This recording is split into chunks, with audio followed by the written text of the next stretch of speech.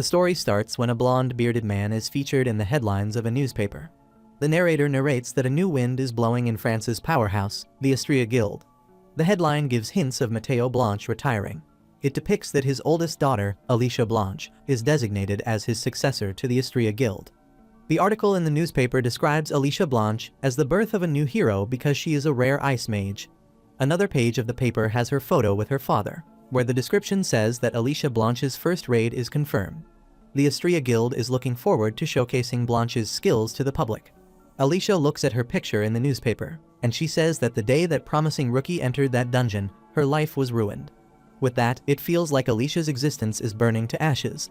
The following day, in a huge building, a few photo frames of Alicia with her family are placed on the side table of her office. Meanwhile, Alicia scribbles on paper with a pen. Her assistant, standing next to her, informs her that there are more documents for her than usual. Alicia nods to that. The assistant asks her boss if she is getting enough rest. Alicia keeps looking down at her papers and says she is fine. The assistant asks if something is going on while calling her the guild master. Alicia closes her eyes. She says to her assistant standing beside her that she is just thinking about what happened. She looks at the wall in front of her, where many news pages and headlines are stuck. One of the papers has a captured moment at the top of the article where sharp white ice feels like it burst from an origin while stabbing the buildings around. The article's headline says it is a real disaster in which an incompetent novice causes a terrible tragedy. She gets reminded of herself sitting on the ground helplessly amidst chaos, with dead bodies lying all over. At the same time, she is hiding behind someone. She looks up with her bulged-out eyes and tears keep coming down her face. She is kneeling on the ground. She asked herself how that could happen. While sitting on the ground with a man guarding her and holding a shield, she looks at the weird presence standing in front of the man with an aura emerging from all of his body. She thinks in terror that they dealt with every beast on the way in, and the boss was not tough. Because it was only a C-rank dungeon, she looked at a man who had clawed hands and an emerging aura. She wonders where he came from while referring to him as a monster. Alicia calls upon her father from behind. But Matteo says with his injured head and spitting blood that she needs to get a hold of herself. He looks back at her in terror and rage and shouts while feeling the increasing presence near him, that this monster does not belong in the C-rank dungeon. He quickly tells her that she needs to run while he keeps it busy. She looks at him with a frowning eye, an open mouth, and drawn back lower lip. Outside that C-rank dungeon, many people are gathered including reporters and paparazzi, and the area is restricted with a yellow ribbon in an L shape. A blonde man is standing inside the restricted area with reporters staring at him. The man wonders while thinking about someone what she is doing. His eyes bulged out when someone announced out loud that someone was coming out of the gate. He wonders if it is Alicia and sees her appearing in front of the dungeon while grabbing her one arm with the other. She plops on the ground due to weakness when one of the people inside the restricted area calls upon her. Another asks if they cleared the dungeon. Another says something is not right. The blonde man rushes over to her and grabs her. He holds her in his arms and asks if she is okay. He asks another question in a row about Maddie's and father. Alicia tells him that they defeated the boss. She looks down in terror and clenches her teeth while telling him that a monster shaped like a man appeared out of nowhere in the dungeon. It killed Maddie's and the other guild members while their father told her to run. She looks back in shock, and the rest of them also look in the direction while the man is holding her. When they look toward the dungeon, a presence appears from it. It has a sparkly red eye with an aura emerging from its body while it is holding Matteo's head in its monstrous hand. Someone shouts while telling the others to look in the direction of the monstrous presence, that it is Matteo Blanche. Someone from the people around asks if an S-rank was attacked by an unidentified person. Just as Alicia's brother screams with pain while calling out Matteo as his father, he tries to step forward. Alicia quickly gets up and plunges toward the monster who is holding her father's head. She gets up, rushes toward the monster when her brother Aaron screams father. But she tells Aaron to stay back because the monster is dangerous and thinks too many civilians came to watch this raid. She extends her hand toward the monster while opening her magic on him and realizes that a lot of people will get HRT if she does not take it, because as an S-rank, it is her responsibility to save everyone's lives. The magic shoots a dagger toward the monster. The humanoid monster also extends his hand toward the incoming attack with the intention of blocking it. His hand illuminates, which creates a shield around him and throws the daggers back. Alicia's eyes bulged out when she felt something going past her, which enlightened things behind her. She looks back with a side eye while her face is still facing the monster. She gets shocked to see one of the icy daggers stabbed her brother, and he falls to the ground. She starts turning back with her teary eyes and calls Aaron in a stunned voice. Aaron is looking at his sister with his mouth spitting blood, and his eyes are stiff due to shock or pain. He calls out his sister's name with a stammering voice, as if a way to call out for help. The local people behind him start running away while yelling out of fear that he is dead. They push each other in terror to run and to save themselves. They see Alicia holding her brother. She rushes toward Aaron and grabs him while kneeling on the ground. She looks at the blood in the core of Aaron and reaches her hand to it. She says, while trembling, that her magic killed him. She lifts her head and looks at the monster with tears coming down her face and her mouth wide open to cry and asks herself why this happened. She looks at the monster reaching for her head while she holds her brother. She looks up at that huge presence with a purple aura. She wonders to herself if this is a dream. While holding her brother, Alicia's powers engulf all over, which surrounds both of them. Due to rage, her hair starts flying up in the sky, and the icy crystals start expanding. The crystals rise high and start accumulating in front of the monster man. He could have been seen from the transparency of the crystal and his one glamorous eye. Alicia gets aggressive with her magic, and the crystals start flying in the air, and they reach the back of the people. They pause people's movements, and those people start getting frozen in their places. She is emitting a rage of power and magical crystals in the state of a trance, with her eyes going all white. Amidst the city, a blast rises high into the sky, and its effect starts spreading all over. After this incident, where her magical crystals covered the whole blast area, the newspapers were filled with the news that the Astrea Guild had failed to clear a C-rank dungeon. An S-rank awakened, but as she ran rampant, she caused massive damage in the city. The newspaper is filled with news of the protests all around the city, and because of that, civilian casualties and property damage at the scene are being assessed. By looking into the matter, the government concludes that the Alicia Blanche incident was an accident caused by an inexperienced hunter slaying the magic beast. However, the requests to press charges against the S-rank hunters started flooding in after the protests. Alicia is part of one of the cover pages of the newspaper, and her face is covered. The article concludes that the famous ice witch, Alicia Blanche, has not said anything about the incident yet. Alicia is sitting on the floor in front of her bed in her room, the TV's light illuminating the room because it is dark inside, but she is looking down with upset eyes. In the next moment, the TV broadcasts that they have breaking news and looks back at the TV when she listens to the broadcasts saying that a strike squad clearing a B-rank dungeon was attacked.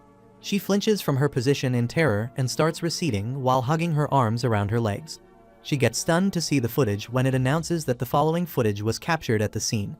She sees the same monstrous man holding a person high above with one fist, and her one eye is illuminated.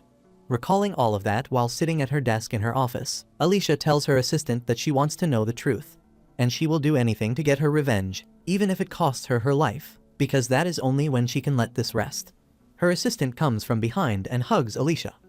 The assistant tells Alicia that she does not have to worry because she has her. Alicia passes a gentle smile when the assistant consoles her, saying that she will make sure that Alicia succeeds. Alicia puts her hand on the assistant's arm and says she is thankful to her that the guild is growing again. She calls her assistant Elena. She looks at the telephone in front of her because it is ringing. The person on the other side informs that this is a request from the Hunters Association, asking for their help within a rank gate.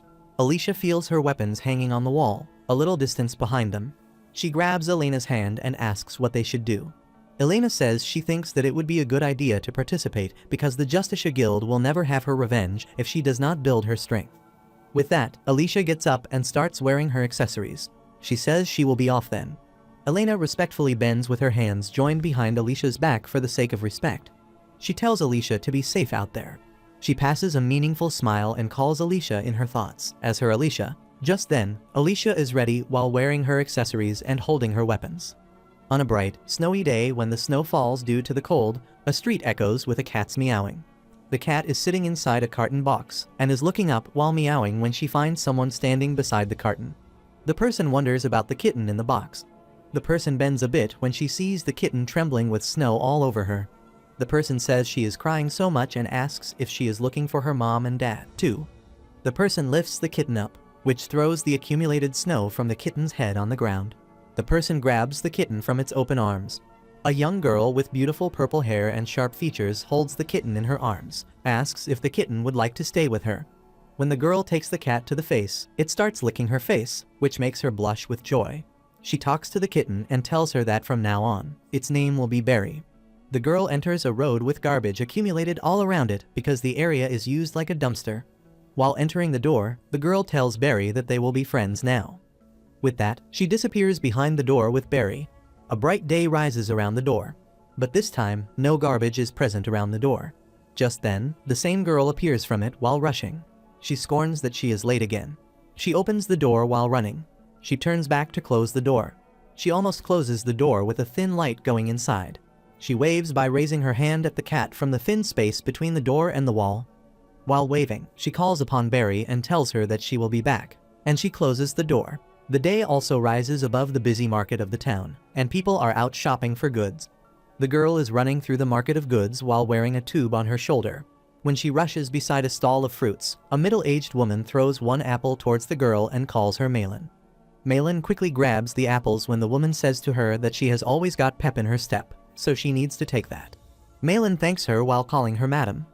While running, she sees a cat over the door canopy. It hisses over Malin, and she passes a hi to the cat while taking a bite of her apple. There is an opening in a dungeon at the roadside above the footpath. The area is sealed as a restricted area, and people are gathered all around. Some hunters look in the same direction simultaneously. They see Malin rushing toward them while apologizing, and one of them calls her Malin Fisher and tells her that she needs to hurry up.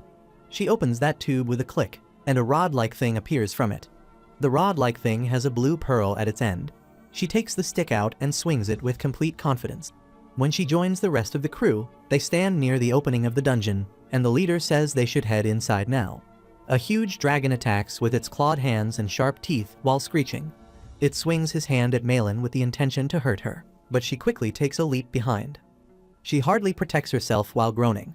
A water-like tail appears and swings around the face of the dragon. It starts twirling around its neck.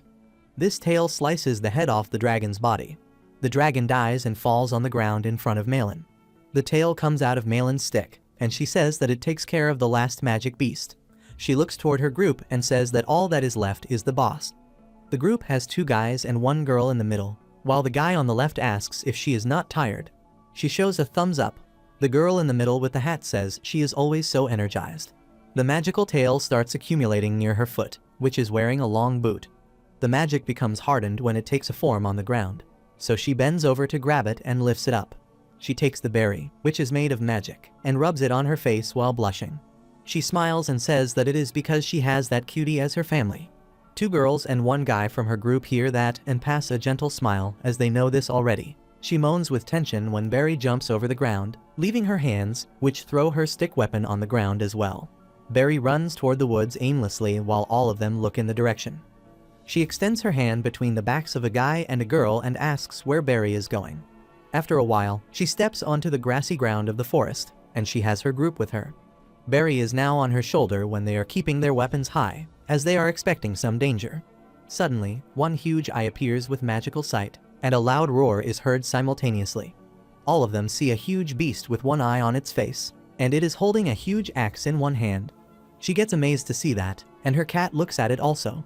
She tightens her grip on her stick-like weapon, which clanks the keychain on it. She tells herself that she can do it.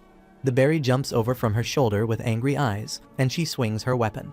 She tells her kitten that it is time for them to nail it. An arm is raised with a stretch, while the other hand is grabbing it from the knee. Malin walks through the market in her town along with her magical kitten in the evening while stretching her arms. She breathes out and admits that it was another productive day. She halts and looks to the side when someone calls upon her. A woman from a stall asks if she is on a raid.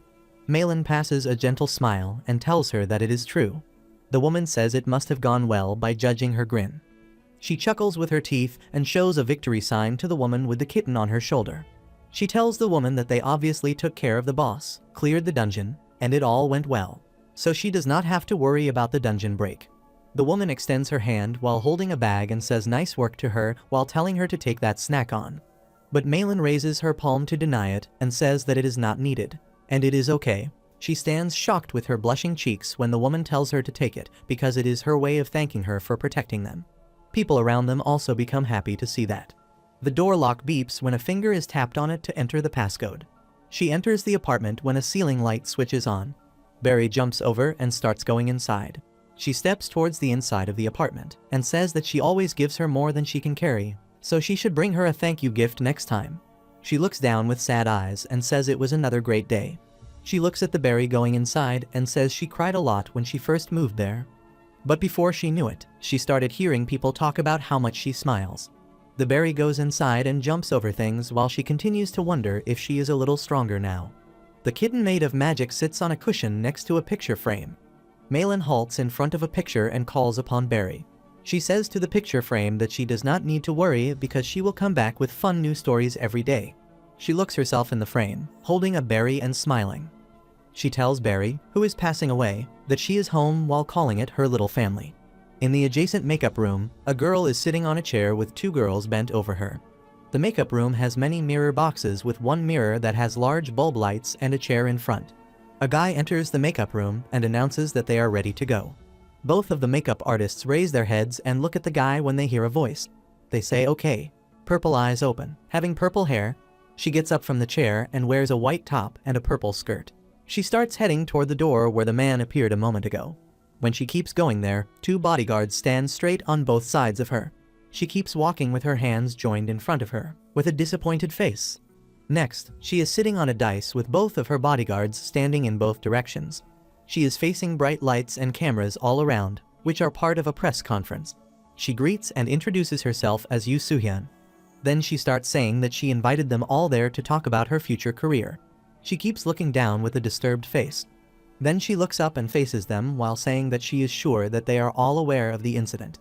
This reminds her of a few years back when there was a dungeon open on open ground, and a group of hunters were standing in front of it, ready to go inside. Yoo Soo-hyun comes forward near the group of hunters and introduces herself, stating that her name is Yoo Soo-hyun. The guy she talked to quickly bends to greet her hands and tells her that it is an honor to meet her, as he has been a longtime fan.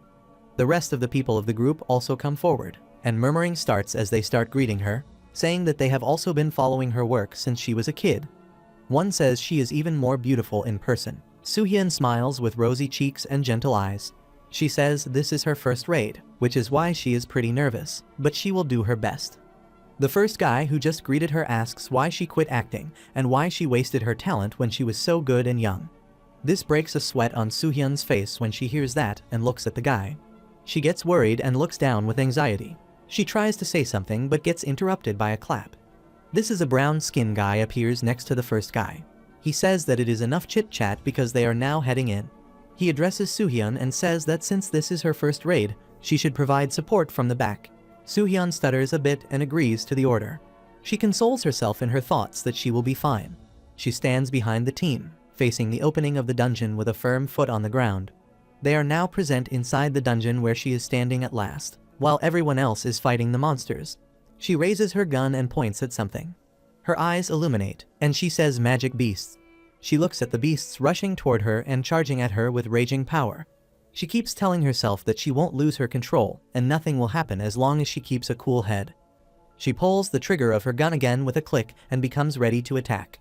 She takes her gun high and aims at the beasts, but a beast is approaching her from behind while screeching and rushing, having a weapon. But just as the beast reaches near her, her group mate stabs the core of the beast and screams that she needs to watch out. She gets stunned to hear the warning. She quickly turns toward her mate and thanks her. He says worriedly that he is guessing it is her first raid. He tells her, while keeping his weapon high, that she needs to take it slow, and she will be fine because she is in a rank after all. He aims his arrow by adjusting it in the bow toward the beasts and fights while saying that they should get back to clearing the dungeon. Some beasts are on the ground while some are engaged in the fight. This time, Soo-hyun aims her gun with firm resolution and confidence. She aims at the beats with the shivering gun where the first guy from her group is fighting a beast. She thinks that if this continues, then she will only be a nuisance. She gazes at the beasts through the lens of the gun while thinking that she needs to stop worrying and focus on her character's objective. Just then, she shoots her gun, which hits a huge beast in the head. She shoots 2 more shots in a row after the first one. The beast screams when it gets headshots. She looks at that in a trance and smiles crankily. She calls that nice and tells herself that she can do this. The first guy looks at her and calls it amazing when 2 beasts get knocked out in a row. He says to her that this is the skill of an A-rank hunter. She looks down with bulging eyes and smiles like a devil thinking it would just be a little more. She starts shooting by changing her position quickly, right, and lifts while continuing to shoot. The beast gets shot at multiple locations by Soo-hyun, who is attacking in a trance. The first guy says that Soo-hyun took down the boss. Their fellow asks the guy why Soohyun is not stopping to attack.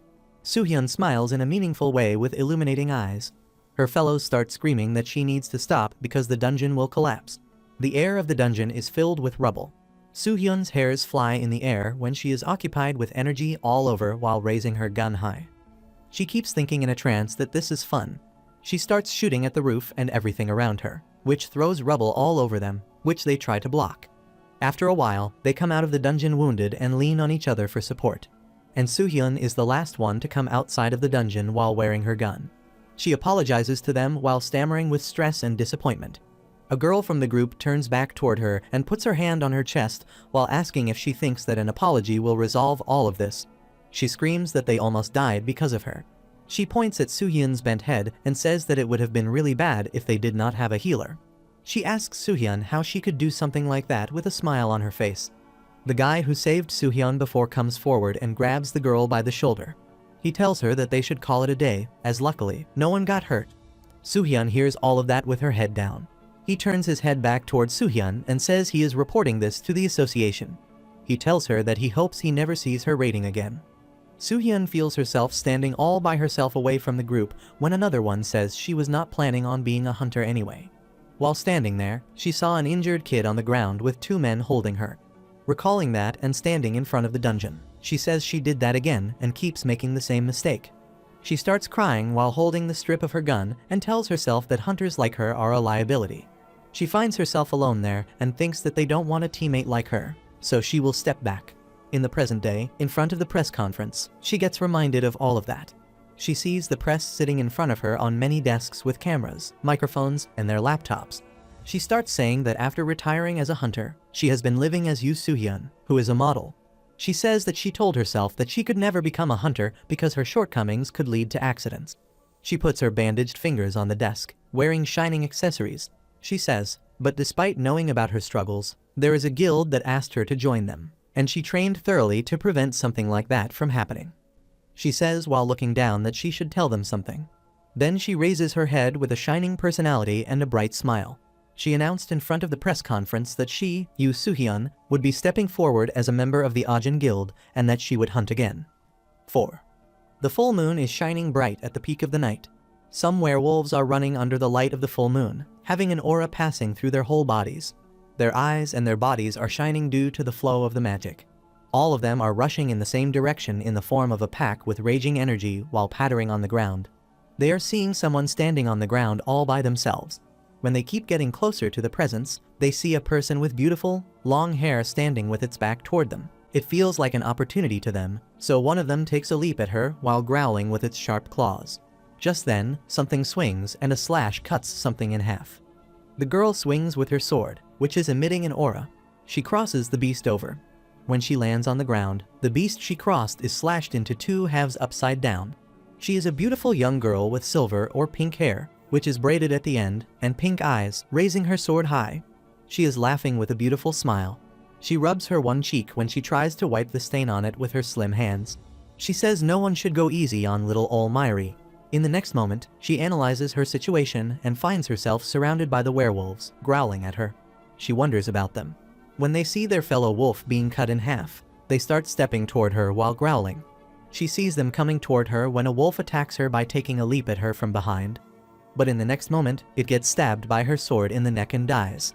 She does not change her position and just extends her sword behind her back to kill the wolf. When the rest of the pack sees another getting knocked down, they take a leap toward her while roaring to take revenge, but Myri is not affected by that at all and starts rushing toward them. The smile never leaves her face when she is heading to attack with her sword ready.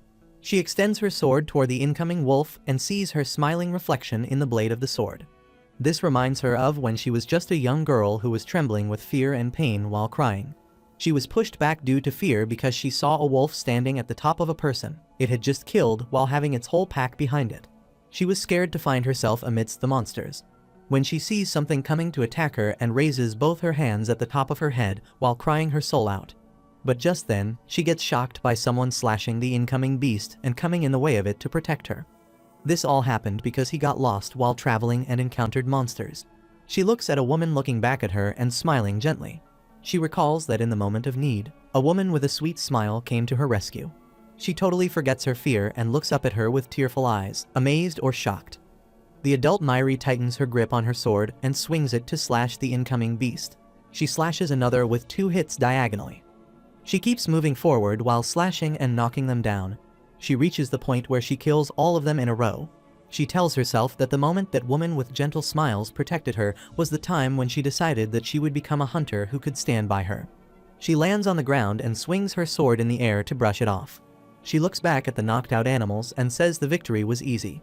She looks back away from the monsters, puts her sword back inside the cover, and it fits with a click. She says she still had fun while she was wearing an eye mask above her head. Suddenly, she gets shocked when she feels her mask coming off her head with the help of magic. She quickly turns around and finds someone standing in front of a huge pack of wolves. She sees a woman standing in front of the growling wolves while holding weapons in both hands.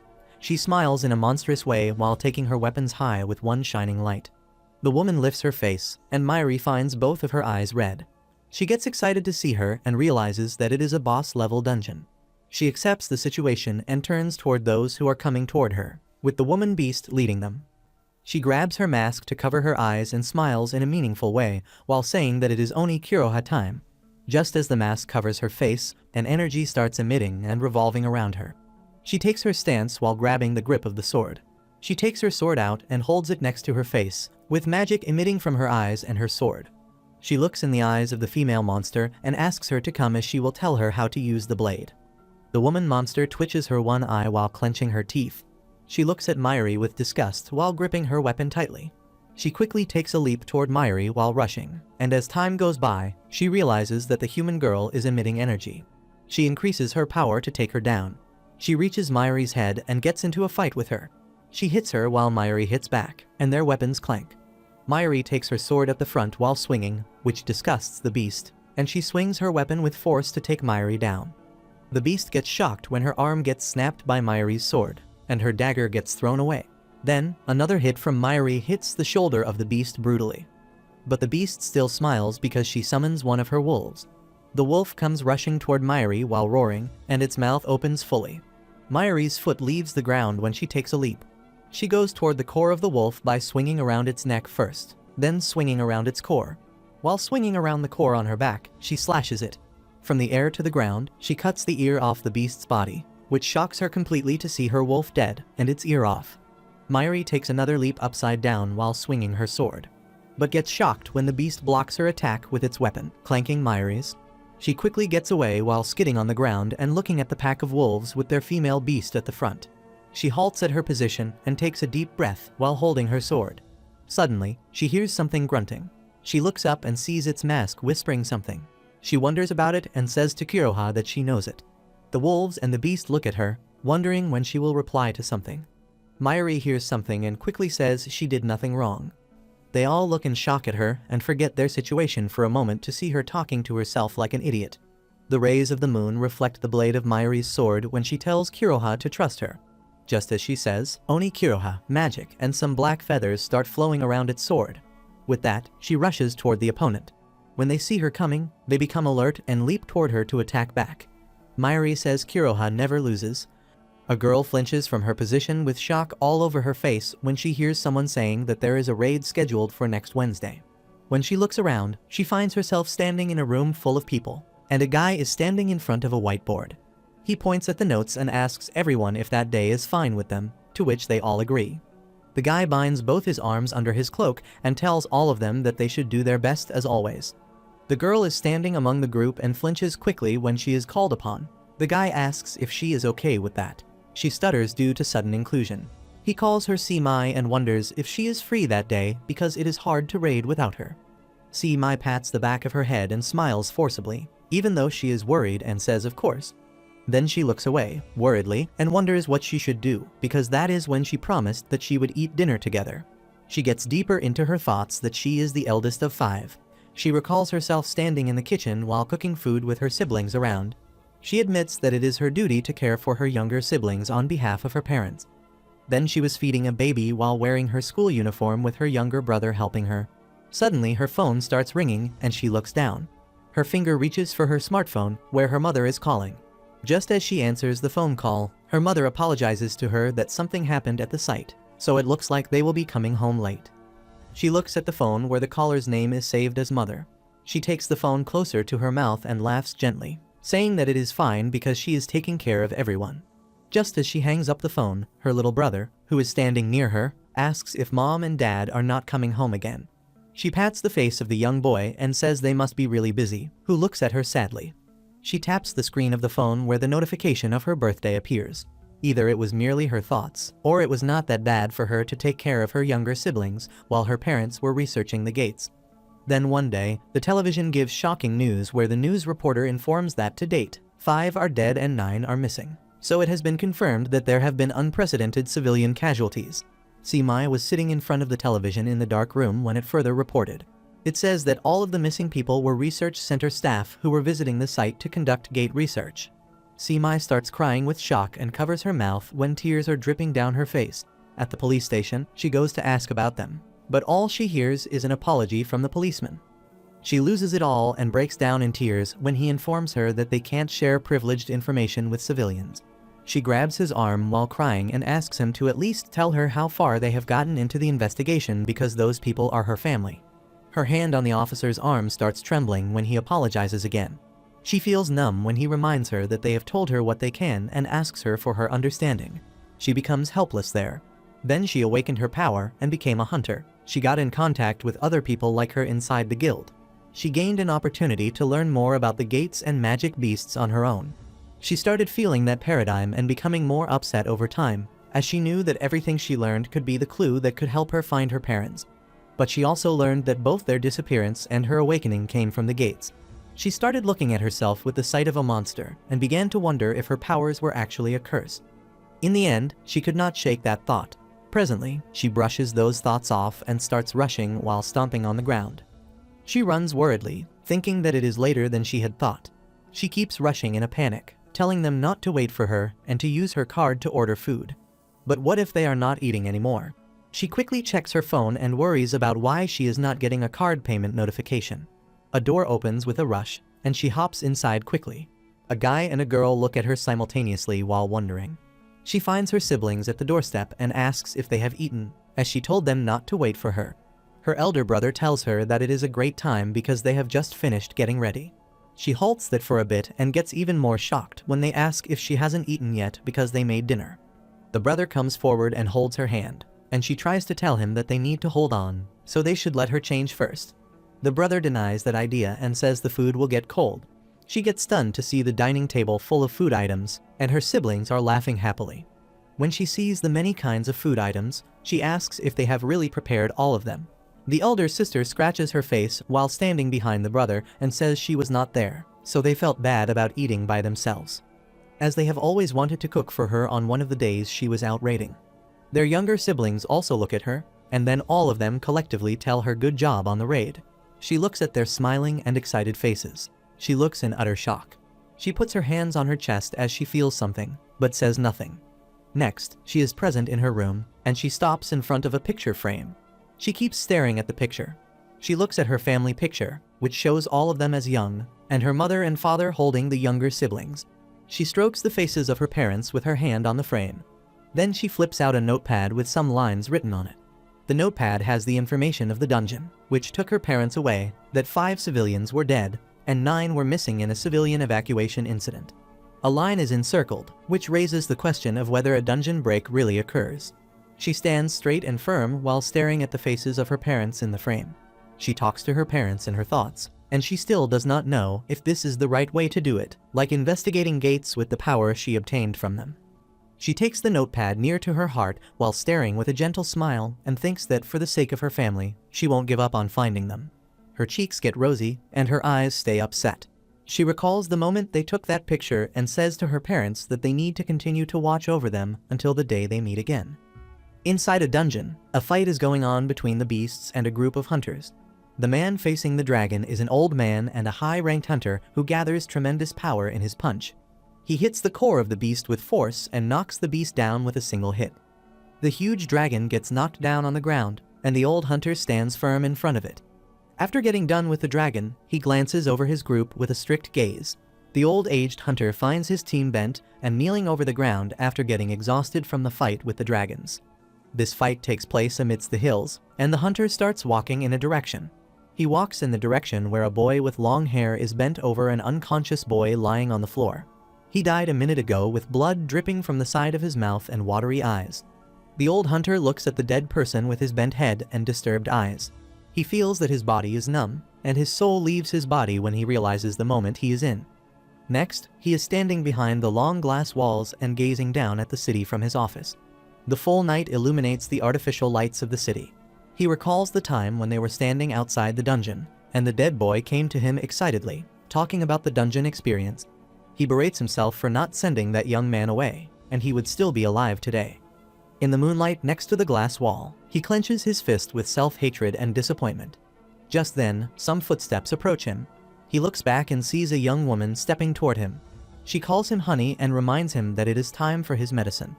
She goes near the office table and slides the tray into her hands. In the meantime, she asks what is on his mind as he has been in there this whole time. The man tells her that another young awakened being died today. He recalls the dead's death certificate, which had the beautiful face of the boy with a stamp of death on it. He says he had just come of age, and it all happened because the monsters significantly outnumbered them. He says with utmost disappointment and misery that people only care that the gates are clear. But they don't care about the cost, which is paid in the blood of people like him. He worriedly says that at this rate, the datalities will only increase.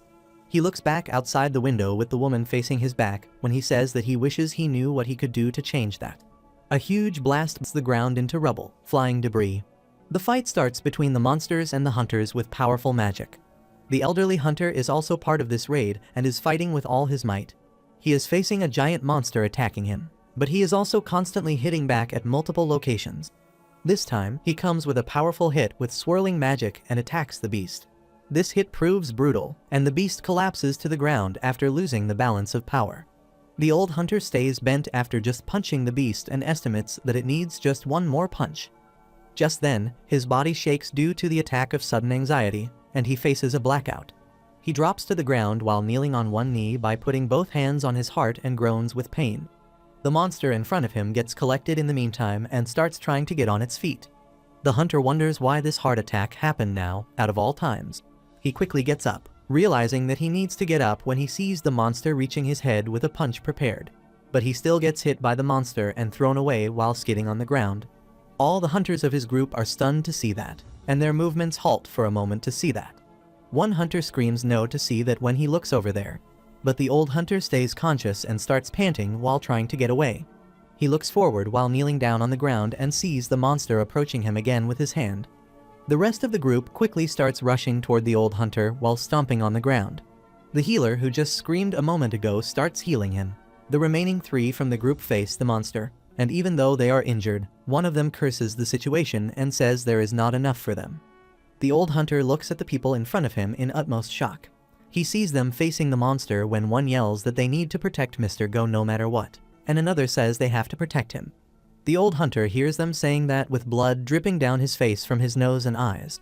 When one says again that if they lose their strongest member, then it is over.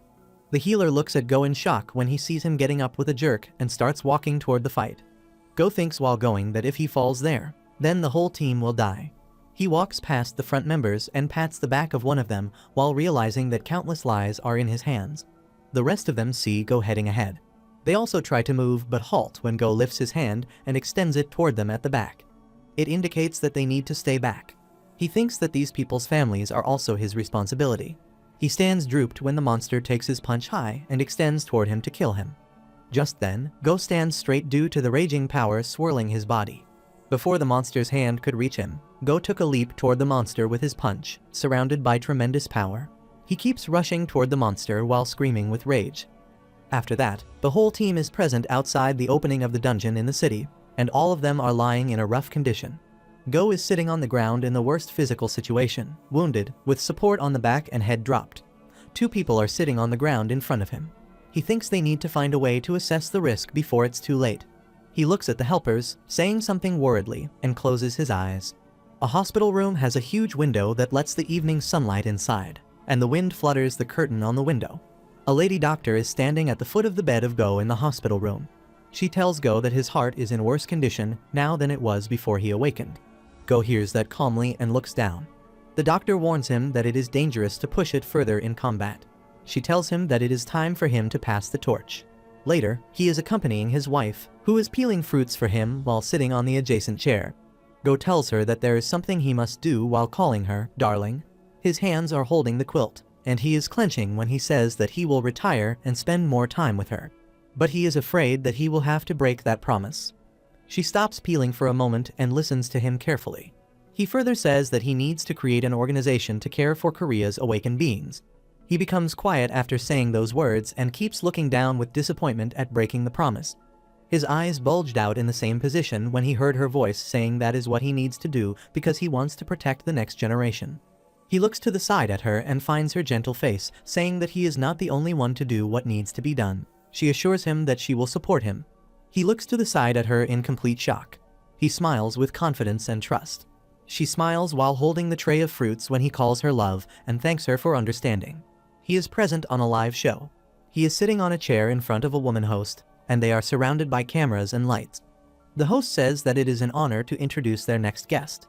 She says while looking at the camera that they are welcoming the founder of the Hunters Association. Go sits straight on his chair when she introduces him as Chairman Go Gunhee. She starts speaking to him and says this year marks the Hunters Association's 5th anniversary. She asks if he can tell them why he was drawn to create it. Go says that about 5 years ago, there was a young hunter who had just graduated from high school. He was accepted into college but could not afford it. Just as he was about to give up on his education, he awakened. He says he can still see his smile, so clearly excited to finally pay his tuition. The host looks worried on his face when he says that, because there was no proper system in those days, fewer than 10 hunters had gathered to close the gate they were raiding that day. The camera woman also looks at him while actively hearing that the young man perished before he could even attend his university's entrance ceremony. In honor of the young man's noble sacrifice, he knew he had to change things. Go smiles when the bright light is reflecting on his face and says he sought to create that change through a system that gives hunters the help they deserve. He tells everyone that it is why he created the Hunters Association. The night surrounds a huge building with a woman standing in front of it, looking at 2 babies. These babies are crying their souls out while lying on the ground. Because they are abandoned at an orphanage, both babies have different hair colors. The one with purple hair is Harper, and the one with blue hair is Charlotte. The woman wonders about these 2 more children and estimates that finances are already tight this month.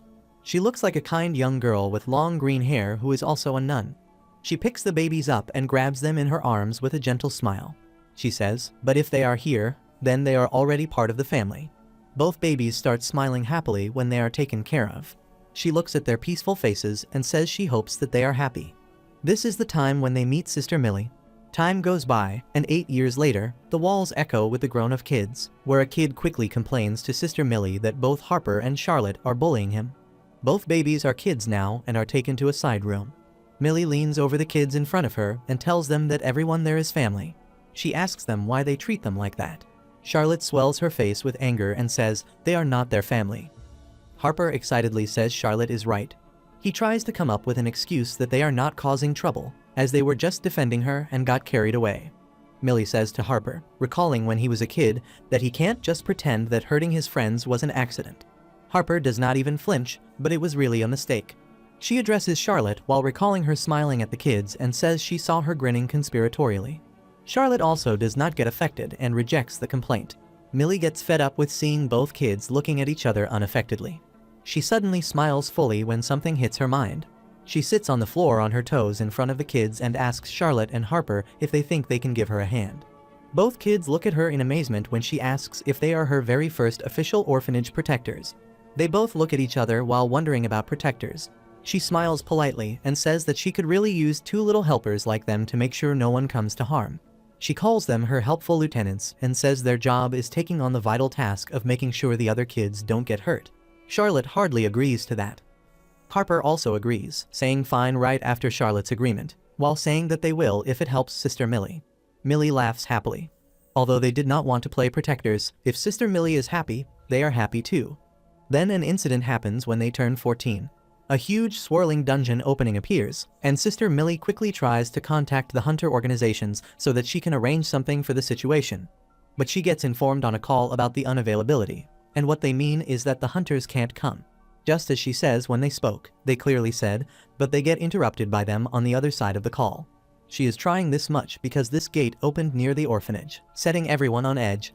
She is informed that the association does not have the manpower, and they are prioritizing deployments to places where there is absolutely no other way of resolving the issue. Charlotte and Harper see Sister Millie trying her best from the door, and they get worried after hearing the conversation. Because they live in the countryside with few paths of access and little pay to offer, they were told to wait indefinitely for a hunter to come and clear the dungeon. After talking on the phone, Millie comes back to them in the adjacent room where other kids of the orphanage are also present. They all scream with terror to see her disappointed face, and Charlotte and Harper also call upon her in fear. She sits on the floor in front of them and hugs both of them, because in the end, she cleared the dungeon with her awakened abilities. While hugging both of them, she thanks them for protecting the rest of the kids while she was away. She is covered with wounds. Both of them feel a sense of rage inside them after seeing her terrible wounds, and they decide not to hide their secret any longer. Suddenly, an extreme power starts emitting from the kids, which is the secret they never told anyone, not even Sister Millie, that they had awakened. They rush inside the dungeon while leaping over the beast in the dungeon. Harper is rushing while holding a hammer-like weapon. Charlotte rushes in the same direction, just behind Harper, but she extends her hand in the opposite direction. Her hand illuminates with magic, and something crackles. A blast of swirling magic produces a robot-like weapon for Charlotte. She jumps at its nape while grabbing its head with a stiff gaze. They both tell each other that they need to protect Sister Millie and their friends, and they need to protect them all from the magic beats. Next, Charlotte is sitting on the floor while looking up in terror, and a shadow is covering her and the area behind her. The shadow has two sparkly eyes. The eye stares down at the young Charlotte with a stiff gaze. Charlotte realizes that it does not look like a beast at all. She looks up at the presence and sees a humanoid creature holding guns in its hands and pointing both at her. The creature passes a smirk at Charlotte. Charlotte looks in disappointment and reminds herself continuously that she promised to protect everyone. They are present inside the orphanage, where everyone is knocked out and lying on the floor, while she is retreating to protect herself from the guns that are pointed at her. And Harper is sitting in front of injured Millie with her arms open to protect her. Charlotte looks at Harper and Millie holding her wounds. She looks back at the enemy with firm eyes and clenches her fist with determination, while thinking that she needs to protect her sister, Millie. The enemy passes a meaningful grin and tells her that they should play a game. It lifts its gun and loads it while asking about the game. She presses the cylinder release of the revolver, and the cylinder rattles out. It empties the revolver and fills it with only one cartridge at a random hole. The enemy asks Charlotte if she has heard of Russian roulette, which has only one rule: that if she lives, she leaves. Both of the siblings are stunned to hear about the Russian roulette. They look at each other with a side eye and decide through telepathy that if one of them dies, then the other has to take Sister Millie and run. The enemy puts the revolver to its forehead with a grin on its face and says it will go first. It shoots the gun with a click. When the revolver shoots but does not hit the enemy, it laughs. Then it tosses the revolver toward Harper, which he catches quickly. The enemy sighs that it is empty and tells him that it is his turn now. Charlotte turns her head toward him and calls out his name, but he stares at the enemy with a stiff gaze and says he loves a game. He aims at the enemy while pointing the gun at it and stretches his arm stiffly. He smiles in a meaningful way and says that they don't have any guarantee that the enemy will play fair, while Harper talks to the enemy, saying that they will have a better chance of survival if he just shoots it. Charlotte twitches his hand on the toy on the ground. She puts magic in it while giving it her powers without the notice of the enemy. The enemy laughs out loud and says they can shoot it if they want, because that is not against the rules, while calling him love. The enemy warns him that he needs to cut the stall and fire anyway. Harper forcibly puts the gun to his forehead, and a loud bang is heard. But the enemy realizes that the shot just passed by it while crossing and hit the wall behind. It sees someone else snatching the gun and holding it against the enemy itself. Harper gets shocked to see Sister Millie holding the gun while panting heavily. She asks the enemy what it is trying to force her kids to do. Harper screams while calling Millie out. The enemy looks down with rage in its sparkly eyes and curses them. It starts shooting Millie in a trance with multiple shots in a row and screams that skipping a turn is against the rules. Both of them see Millie getting shot and her blood bursting into the air. Millie gets a jerk and falls on the ground. She stammers in a low voice so that words are not distinguished from her last words. Just then, Charlotte's power creates a huge hollow in the night sky, and the toy becomes huge while swinging in front of it, as Harper plunges toward the enemy. Charlotte grabs Harper by the help of the living toy and sits at its nape. Harper tries to free himself from the grip while screaming that she needs to let go of him.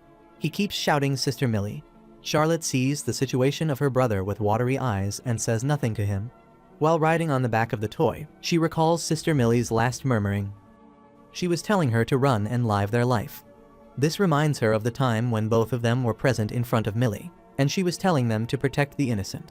While running away, she looks back at Sister Millie with her tearful eyes. She sees that the humanoid demon is approaching Millie and reaching its hand to her. The demon takes Millie's locket by snapping it out of her neck. She looks back and puts her arm over her eyes to wipe the tears off. She determines at that point that she will get it back no matter what. She clenches her teeth with anger and patience when she decides that she will take the last remembrance of her back. At a huge mansion, the night spreads all over the sky with a slim moon shining bright. A pendant lamp has a yellow bulb hanging inside and reflecting a bright light. The same humanoid demon who killed Millie is sitting on the chair and creaking it back and forth by constantly moving it. A girl and a boy are looking at her when she is humming a melody while swinging on the chair. Both humans are crying their eyes out while sitting with their mouths shut with a tape and their bodies tied down. They are constantly whimpering with their mouth sealed amidst the humming to try to say something. Suddenly, the demon takes her revolver out with a click full of cartridges and says they should play a game. She comes toward the tied humans and passes a grimace that shivers their souls down. She leans over the table in front of them and puts the revolver on it. She tells them that the rule of the game is that if they live, they leave. She picks up the gun for her first turn by rattling it on the table. Charlotte and Harper are rushing in the direction while leaping over the roofs of buildings in the city at night. Harper asks Charlotte if they are there with a stern face. While rushing along, Charlotte tells Harper that they are almost there. Harper clenches his fist over his weapon with determination. They keep leaping forward when Harper decides that he won't let her go this time. She slides the revolver over the table toward the couple. They look at the revolver with sweaty bodies and watery eyes in front of them at the table. They are unable to flinch due to their tied bodies. The demon starts laughing out loud and says they are so greedy, as she told them to pick one. When she says this is not in the rules and asks what she should do now, they shake from their places due to fear. The girl quickly turns her face toward the boy when the demon picks up the gun and points it at his forehead. There is a wave of magic coming out of the demon's eye when she grins at the boy while pointing the gun. She says she is supposing that both of them will simply have to die. Just then, a couple of loud bangs are heard, which burst the blood everywhere. Both of the humans are shot dead, and their heads, with dripping blood, are thrown over the table. She strokes their spreading blood with her index finger.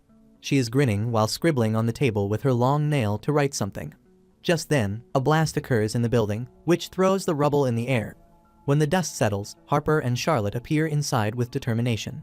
They are stunned to see both of those dead on the table and blood dripping down the table's edges. When they look closely and find a grin drawn near the dead heads on the table. The grin has a full-toothed smile and two crossed eyes. Harper clenches his fist on his weapon with rage flowing down his body, feeling a loss. He says they have lost her again. This reminds him of the time when he was asking for help. The time when both of them hid themselves inside a phone box near the dungeon. He quickly informs through the telephone that inside the gate, a woman with purple eyes said they should play a game and killed Sister Millie. He was stuttering due to fear and said that they needed to help them. His eyes got teary when he was asked for reconfirmation if he said purple eyes. Charlotte looked at Harper in pain when Harper was stunned with fear after hearing the words on the phone. He was informed that it was the serial killer known as X, so they needed to quickly get out of there. He was left completely stunned when he was told that even the Hunters Association could not handle her. He looked at the phone in disbelief when they told him that all they could do for now was run. He helplessly turned around and looked at the swirling dungeon opening and called upon Sister Millie with pain in his voice. Recalling all of that incident, Charlotte slides her face toward Harper and looks at him. She tells him that they are too late, and just as she tries to say that they should go before the association, a loud command is heard telling them to freeze. They are surrounded by many gunmen pointing their guns at both of them. The force is from the police department when the leading officer informs them that they are under arrest for murder. Charlotte says to Harper angrily that they need to be right on cue. Just then, she narrates her magic by putting her hand on the ground. The slogan is doll summoning, in which a huge doll appears inside the swirling magic. Just then, the leading officer commands to fire, and the whole crew starts shooting simultaneously. Charlotte gets shot in the arm and screams in pain. Harper gets scared and calls out her name out loud. He comes in front of Charlotte and swings his hammer like a weapon to protect them from the bullets. He raises his weapon high and unleashes his power. He hits them with his increased voice, which throws all the men in the air away from them. Harper gets shocked when Charlotte calls upon him while riding the back of the doll. She tells Harper to grab her hand. The officer who just got thrown away gets up a bit and shoots toward both of them. He also tells his team not to let them get away. The bullet from the gun of the leading officer shoots the core of Harper. Charlotte yells his name with fear. The doll quickly jumps out of the window of the mansion while holding both of them, which crashes it to pieces. She grabs his brother while quickly calling out his name. She keeps telling herself in her mind that they can't get caught, no matter what. The officer looks out of the window where they jumped a moment ago. He slams the window edge with disappointment and anger when he sees the broken glass pieces on the ground and blood drops. He curses the situation. Charlotte is walking on the floor along the doll at the edge of the roof of a building. The doll is holding Harper in its hands, and he is groaning with pain while holding his wound, which is constantly dripping blood. Charlotte tells the doll to put Harper over the table. Harper is clenching his teeth with patience when he is laid down on the table, and Charlotte is putting a blanket on his brother. She consoles Harper while telling him that he does not need to worry because she has got him. Harper closes his eyes in pain and starts requesting God. He recalls the picture of that serial killer X and talks to his God that if he is merciful, then he needs to help them to kill X. After a while, a young lady with blue hair appears there. She looks at both kids lying on a bench and puts her hands on her chest. Harper and Charlotte sleep while crying with blood all over their bodies and the cover. She looks at them worriedly and puts her hands on her face. Inside a dungeon, a hunter's group is fighting demons and hardly making it. A girl with round glasses smiles when she thinks that this is such an easy task, as they have not hit a snag yet. She gets happy that their team chemistry is not so bad for having only met today. When she is thinking about her strike squad, a demon approaches her from behind, but she luckily gets saved, and the beast goes down. She looks back and realizes her situation. Another female hunter points her weapon at the beast to kill it. The female hunter is a beautiful grown lady and looks angry. The girl with glasses calls her Miss Gina and thanks her, while Gina calls her group idiots. She looks at the rest of the group standing a bit away from her and sees them consoling each other. She angrily wonders in her thoughts how she can trust them to have her back. They say that they should keep going when the other says they work well together, for a bunch of strangers. She does not expect them to save her when they can't watch their own backs. They look at the girl with glasses when she says that if they keep this up, they should be able to clear. But she gets interrupted by a voice saying that it is stopping there. Gina points her hand at them angrily and says they need to ask the Hunters Association for support because if they don't, she is leaving. The girl with glasses goes near her and asks why she is creating all that drama. Gina tells her that she can't trust her. The girl says, but they just met. Just as Gina says, she is the biggest problem of all time. This remark hits the girl inside and hurts her. Gina asks why she would move to the front when she is just a healer. She looks at her with cold eyes and gazes at the rest of them as well. She says to all of them that they can either wait for backup or go on without her. Next, at the abandoned place where the opening of the dungeon lies, they are all present. The healer whispers in the fellow's ear to say that she is stubborn, as they say. She wonders what she expects to get out of forcing her opinions on people like that. A guy says he is sure she thinks that she is too good for them. The other guy says he agrees to that. Gina is also standing near them under a shade, overhearing their conversation. She scorns and thinks that hopefully they can pick up the slack for these clowns. Just then, two people appear there, and they hear someone telling them that backup is there for them. A guy smiles openly and says he received a call from the Hunters Association. The guy introduces himself as Sun Cahoon. They are present inside the dungeon and get into a fight with the demons. Gina and Cahoon are fighting with beasts. While fighting with his own beast, Cahoon quickly tells everyone that assassins will circle around and sneak attack as much as possible. He tells the healer to stay back and use her support magic. The healer and the rest of them look at her. They all say okay to him. He looks at his back and tells Gina, while calling him mage, that she needs to keep up the telekinesis. She also gets it quickly. She gazes at the smile of Cahoon, who tells her that she did well and thinks that he is amazing that he reads the party's makeup. She thinks that he started giving orders like it was nothing, and it was all he took to turn this strike squad around. The healer looks back in shock and fear when another beast approaches her from the back. Gina extends her hands toward her and screams with disgust that she is going at it again. The beast is huge and takes a leap at her. The healer groans with terror. While dealing with the beast, Gina says that is why she told her not to go to the front. But just then, she feels a raging and powerful eye behind her. A huge, skeleton-like beast with raging power all around it appears behind her. She gets shocked and looks back in terror while wondering if the boss is here already. She curses her situation when she realizes that she can't break her spell yet. She foresees it attacking her with tremendous power. But just then, Cahoon gets in the way behind her and blocks the incoming attack from the boss. He looks back at her and commands her to use her magic to open the door. She opens her magic and shoots the boss. The boss roars to see the incoming attack with its eye floating in the air. The attack from Gina results in a blast, burning the beast down with tremendous power flowing up. When the boss evaporates and gets extinguished, Cahoon looks back at Gina and asks if she is okay. Gina is smoking off while panting due to releasing a huge power, and tells him that she is. The day changes into evening in the city outside the dungeon when they are finished with the dungeon. They are all present at the place of the dungeon opening. Cahoon is standing with his backup group while Gina is standing with her group. While standing there with mixed feelings and thoughts and self-talk, she thinks should probably thank him. When she is amidst her thoughts, she gets excused by someone. She looks to the side and sees Cahoon there. He smiles gently and asks if she is Gina. Then he appreciates her by saying that her telekinesis was really amazing.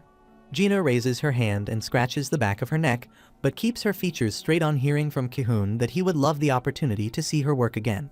She does not say anything in response for a moment. He becomes attentive when she says back to him. She tells him that she is thankful to him for saving her life, so she owes him one. Cahoon's face keeps smiling, and he says it is nothing because anyone would have done the same thing. He clearly tells her that she does not owe him anything. She bends her head down while keeping her face stern and breaks a sweat.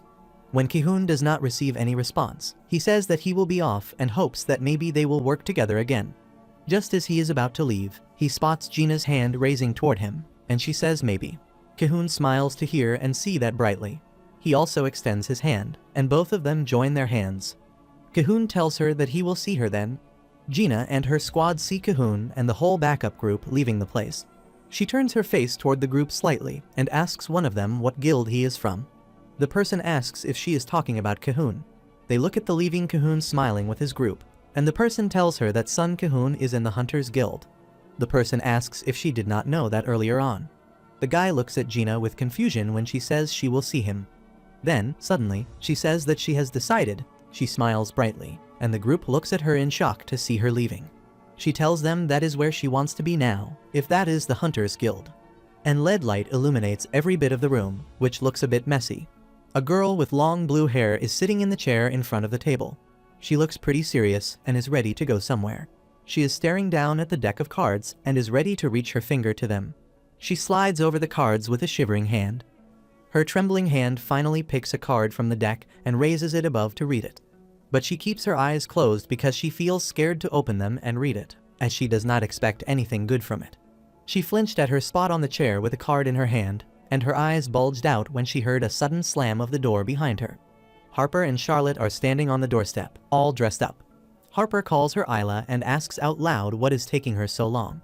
They also look ready to go somewhere, and they are in their usual dress and style. Harper binds his hands at the back of his head like always and asks Isla when she is going to be ready. Charlotte looks in her usual self as she is holding a doll in her arms and her unaffected eyes. She also told Isla that being late would damage the helper's reputation.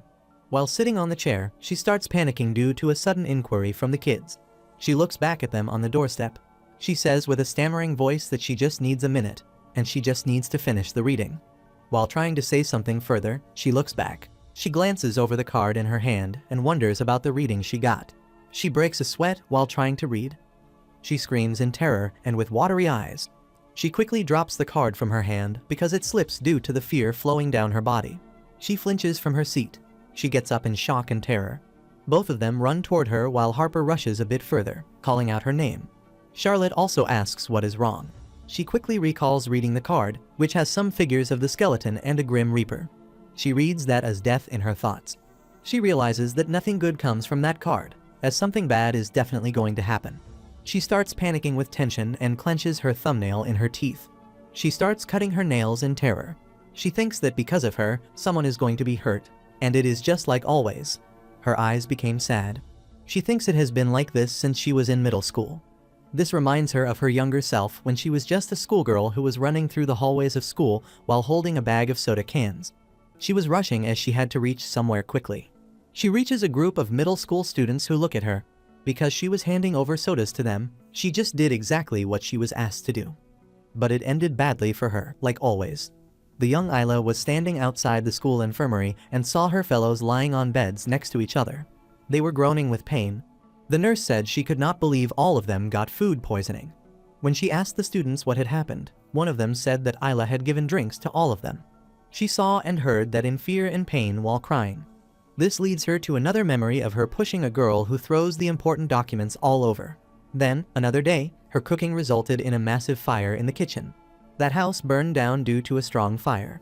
She always feels herself running away from everything all by herself because she has always heard that it is all because of Isla or her being a stroke of bad luck. She has always been running because she always thinks about why she is like that. As the more she tries to help, the unhappier everyone becomes. She feels herself sitting on the floor, holding a card and surrounded by a deck of cards. She wonders if all of this happens to her because she is making her own bad decisions. Then that day, she decided that if she let fate tell her what to do, then nothing bad would happen. She was walking down the hallway of the school with her head down. She was holding a file and was utterly sad.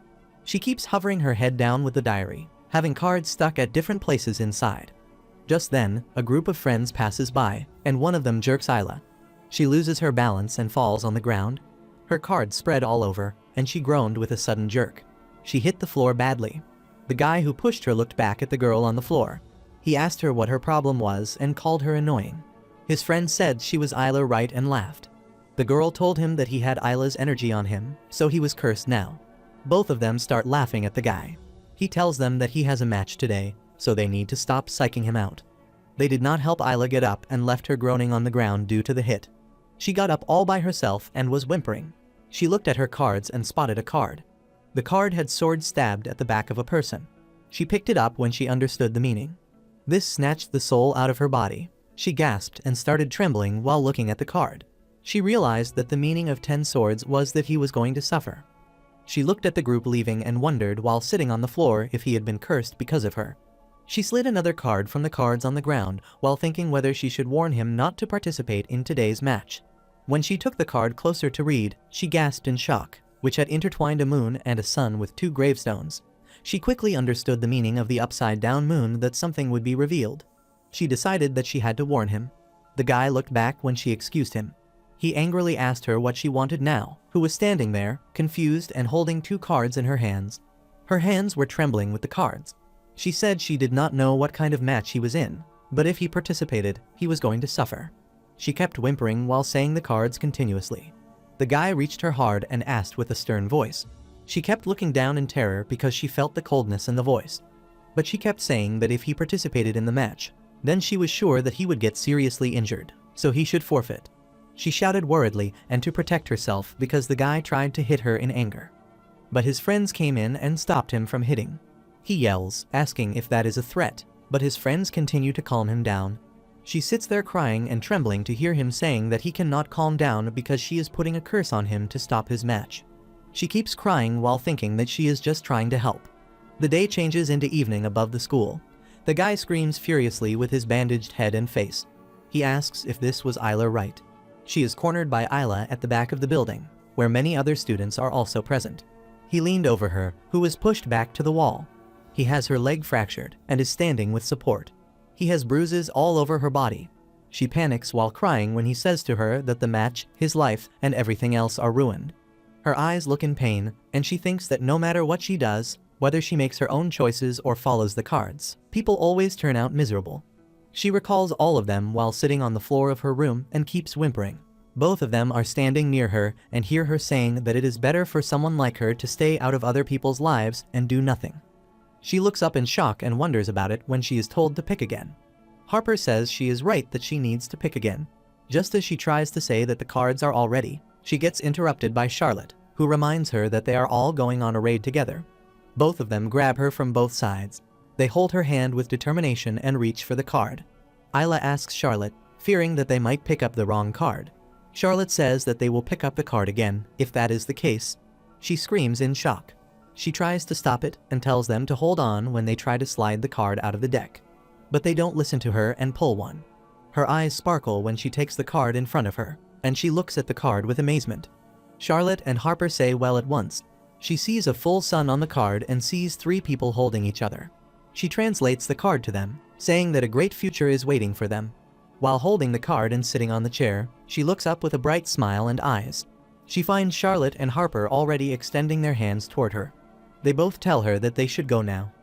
She grabs their hands by raising his arms and realizes that she does not need to face any misfortunes alone. As long as they are together, they can overcome any misfortune or any difficulty. She gets up while laughing and hugs both of them. 11. They also smile gently to see her happy. She decides that she won't need luck to find a brighter tomorrow. In the USA, in Detroit, Michigan, on an abandoned street among the buildings, many people are gathered around a corner and cheering for something by raising their hands. A boy is sitting on the floor while two more guys are kicking and constantly beating him. One of the hitters calls him a loser and wonders if that is the guy who won't pay for protection. The crowd around them keeps chanting that they need to kick him more because he needs to go back where he came from. They say he had better not mess with them. A blonde guy is groaning with pain when he is being hit and beaten up. After a while, when they are done beating, a guy wearing a jacket appears and asks what his problem is, or why he does not just cough up the cash. The blonde sits on the ground surrounded by people and hears that guy asking him questions. The guy is Lucas, who calls him an idiot and tells him to give it up until he starts paying for the right to walk their streets, because this is what he will get. The blonde wipes his mouth and says they don't need to make him laugh. Lucas asks him what he just said. The blonde, Thomas Andre, lifts his head with a huge grin on his face and wipes the blood off his face. He mockingly tells Lucas that no one takes what he is. Time goes on, and 5 years have passed since this incident. But a huge fight is going on in the same place, and this time, the crowd is huge. The energy of the crowd is changed because they are chanting and cheering for both Lucas and Thomas. At the center of the crowd, both Lucas and Thomas are engaging in a huge fight. Some of the guys are lying unconscious on the ground. Thomas gathers his strength in his fist and, while charging at Lucas, tells him that he needs to give it up. Lucas groans with pain when he sees the incoming attack and extends his hand to block it. Thomas crosses Lucas over after hitting him brutally with monstrous strength. The whole crowd, which is cheering for Thomas, screams with excitement to see him win against Lucas. Thomas is quite grown up now and has a great build. He raises his hand, which makes his muscled body obvious. He says with his deep voice that no one takes what is his, and starting today, that includes this turf, so they need to respect the Thomas Andre name. Lucas sits on the floor after getting knocked out and looks up angrily. He does not get what he sees next, but he smiles in a meaningful way and grunts. He looks at the hand that Thomas extended towards him for support, or maybe a gesture of friendship.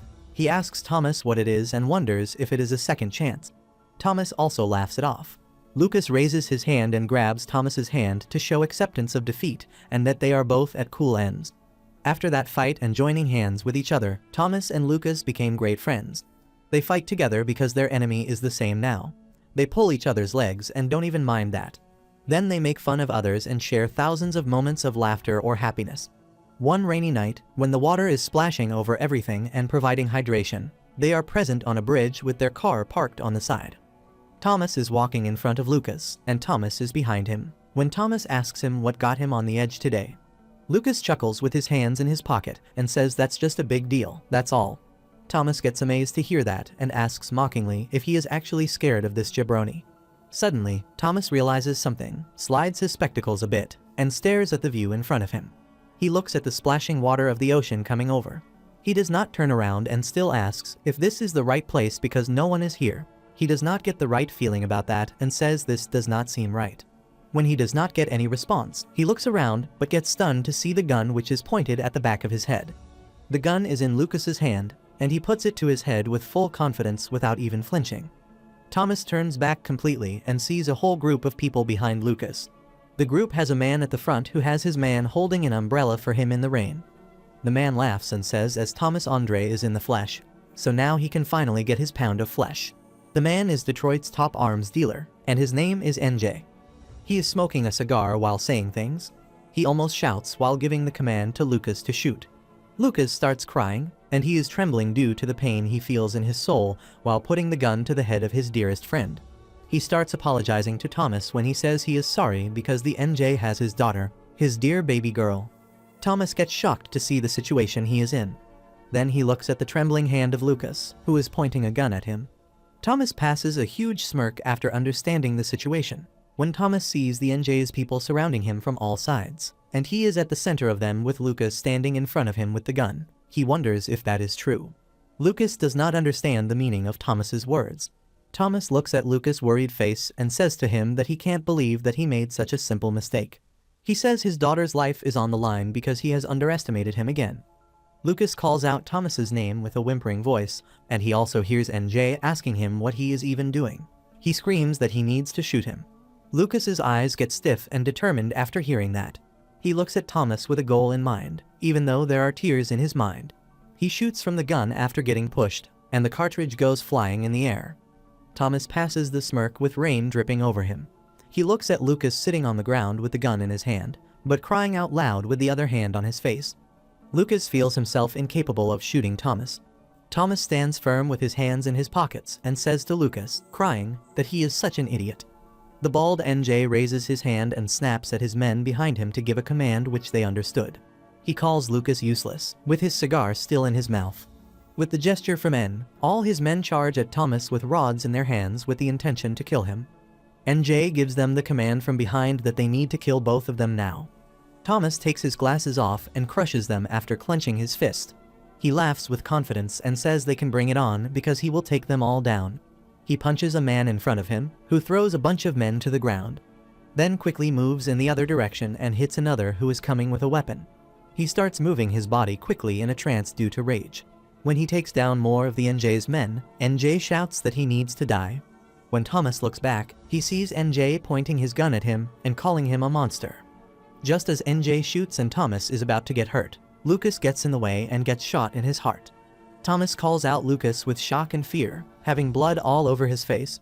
He hears Lucas stammering and apologizing to him. This snatches the soul out of Lucas's body when he sees Lucas's blood burst in the air. Lucas falls on the ground after going unconscious. Thomas looks at Lucas, not moving at all, and blood coming from his mouth. He sees blood coming out of his body and spreading everywhere. NJ screams that he is even useless, dead, but something is reaching for his face at the same moment. Thomas grabs his face and lifts it up. NJ's eyes bulged out due to pain, and he looked at Thomas with terror. He sees Thomas raging with monstrous power and laughing at him. He tells NJ that he does not let anyone take what is his. Seeing this condition of Thomas, all the NJ's men get scared to their souls and start running to save their lives while screaming due to fear. They see a blast happening where Thomas is present among the men, and the men around him go flying in the air. Seeing that, the rest of them feel terror and rush. Thomas does not look like a normal human being anymore, and he starts enjoying his condition where the raging power is flowing down his body. He loses his sense of self after losing someone precious to him. He grew up a poor immigrant with nothing to his name and enemies at every turn. But fate gave him one thing in exchange, and that was overwhelming power.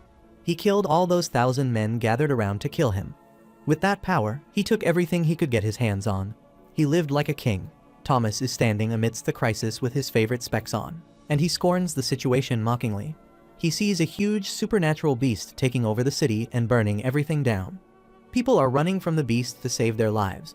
He looks at the monster and says these monsters have got some nerve to mess with his territory.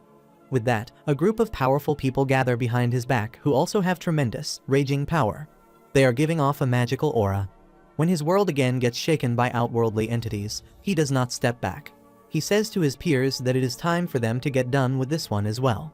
With that, the whole crew of powerful superhumans rushes toward the monster, causing corruption. They open their weapons and power to defeat their enemy. There is a metal door in the hallway of a building. Suddenly, the door rattles, and it opens from the inside.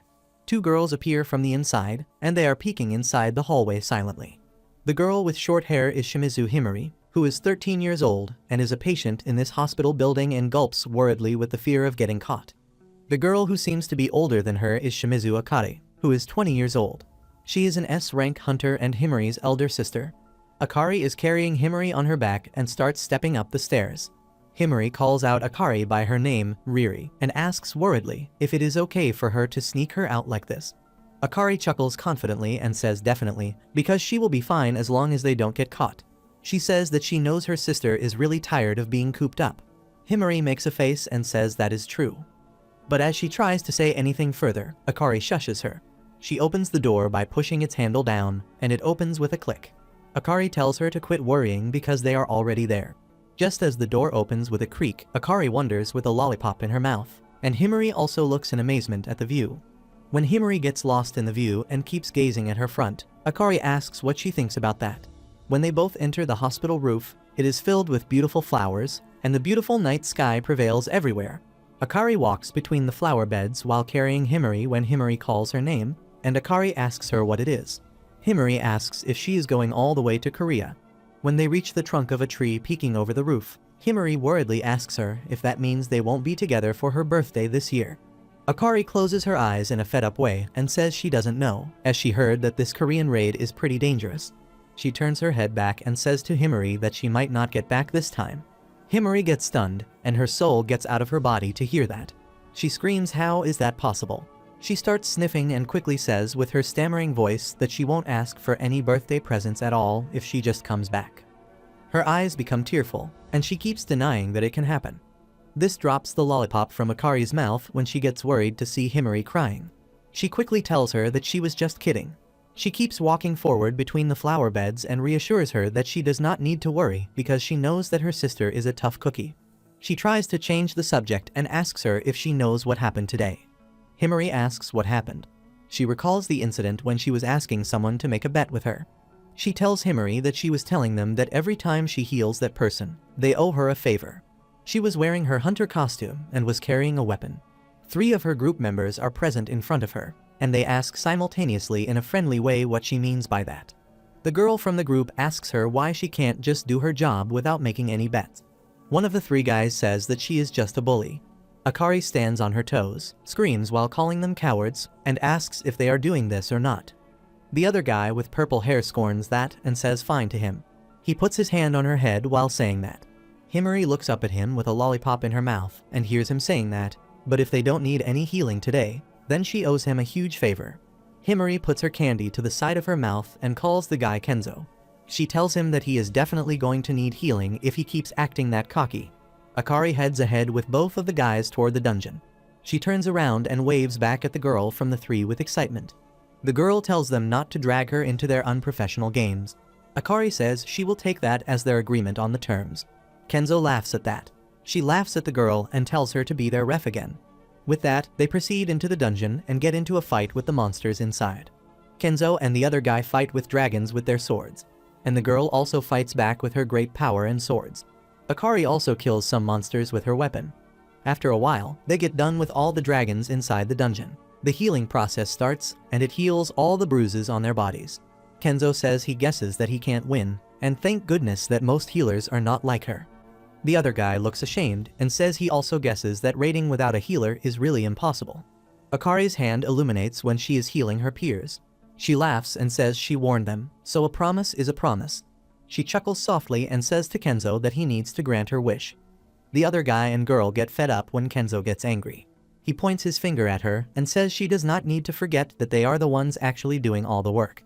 Akari says in response that they would all be dead if it were not for her heals. Suddenly, Himari says excitedly with her amazed eyes that they would not have been able to take down the boss without her. This brings Akari back to the present and sees Himari sitting on the bench of the roof wearing hospital clothes, looking at her excitedly.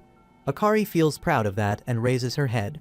She stretches her nose proudly and says that it is definite because her big sister is a super strong hunter, as she already knows. She tells her that at the end of the day, fighters can't do anything without a healer backing them up. Himari gets amazed to hear that and looks at Akari with happy, sparkly eyes. She tells her big sister to keep it up. She stretches both her arms while making a fist with her hands and says, "Someday she will be strong like." But her voice stammers. She jerks a bit and tries to say something, but starts getting unconscious. She loses consciousness and falls from the bench, but Akari quickly grabs her younger sister in her arms by kneeling on the floor. She looks at Himari's innocent face, which is sleeping due to sedatives. She smiles with sad eyes while looking at her face and starts talking to herself in her thoughts.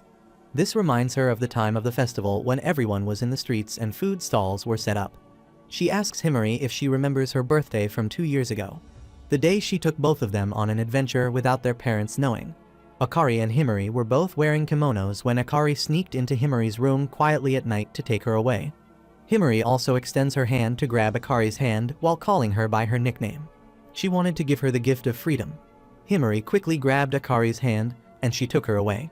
They were rushing through the streets of the festival because Akari wanted to leave her responsibilities behind just for a day. so that she could see the lights, sounds, and flavors she was missing while spending her days away and alone. But a fire caught up everything in its way and rose up to the sky. This all happened due to the sudden appearance of huge beasts that were destroying everything around. Akari was lying on the ground, and many people were also lying on the ground, wounded. A man next to Akari on the floor was trembling to see the beasts. Himari stands in front of the incoming beasts and screams while telling Akari to run. Akari screams Himari's name with a wounded head and blood coming down her face. She gets scared to see Himari standing in front of the beasts and wonders where these magical beasts came from. When a huge beast lifts its weapon to attack the human in front of it, Himari starts trembling to see that. But she doesn't even flinch, even though she keeps hearing from her sister about what she is doing. She says to the beasts with her shivering voice that her sister is a good person.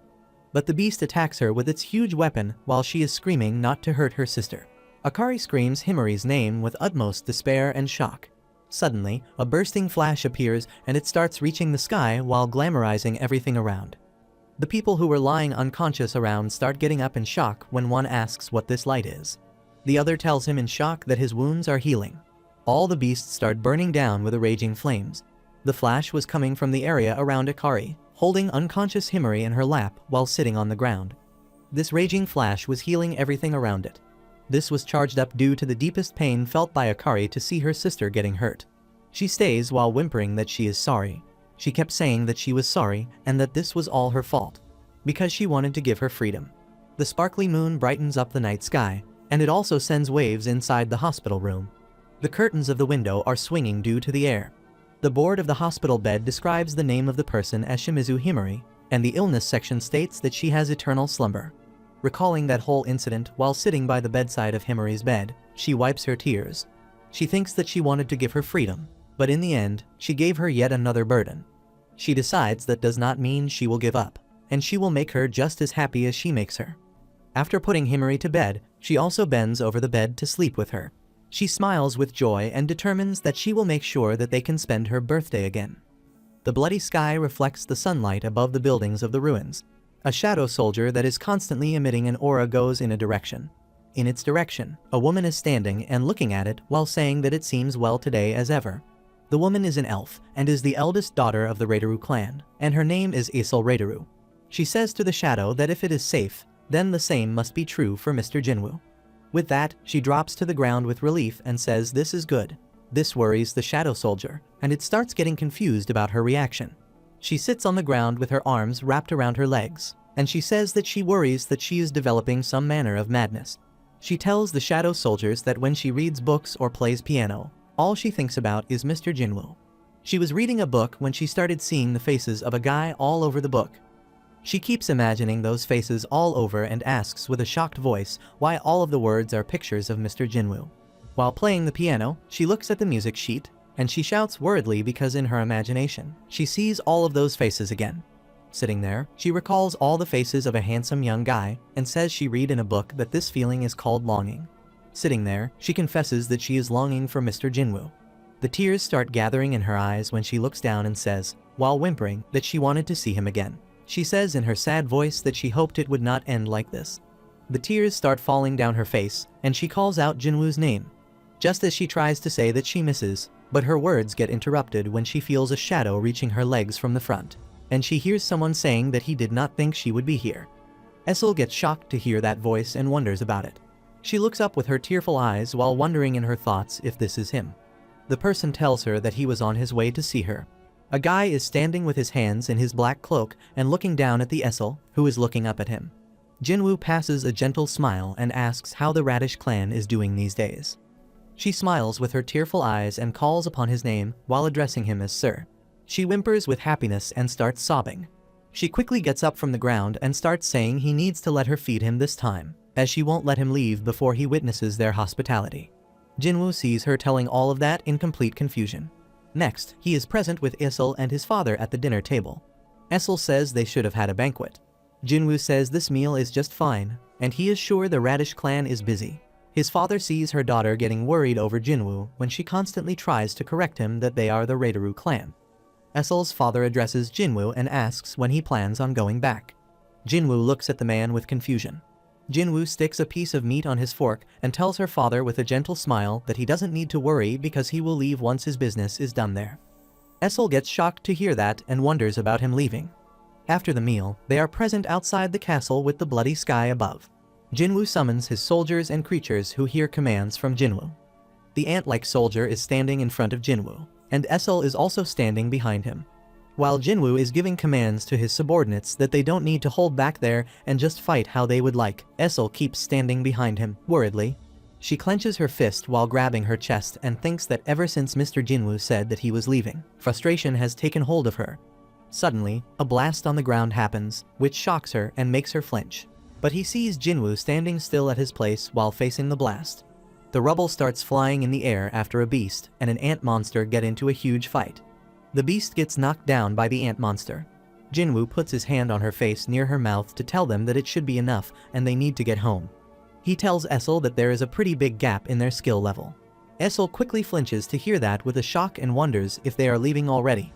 Jinwoo goes a few meters ahead, and suddenly, black energy starts gathering around him. All of his soldiers also start heading toward the twirl. He tells Essel that he is heading back now. He gives her a gentle smile and says she did not need to see him off, but he is thankful to her for her meal. She tries to say something to him, but suddenly leaves. With that, the energy starts gathering around his feet, making a hollow, and it starts covering his body high up. When that black energy starts touching the length of his head, he turns around and raises his hand. He tells Essel that he will see her around whenever he sees her, so she should take care of herself. This snatches the soul from Essel's body to see him leaving like that. She wonders in shock if they had to part ways like this again. She recalls herself in a bad situation when she was grabbing the book and not being in the mood to play. She realizes that if he leaves now, then she does not know when they will meet again. She recalls herself being upset during the whole time and then lying on the bed crooked. She wonders how many more nights she must wait. Her tearful eyes look determined all of a sudden, and she decides that she does not want to wait any longer. Just as he is about to leave, he hears Essel telling him to wait. He wonders about it and turns his face back.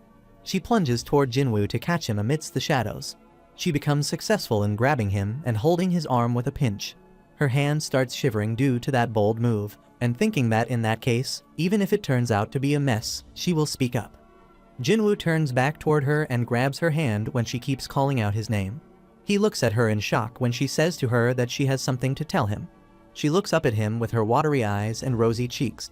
She decides at that moment that she will let him know how she feels.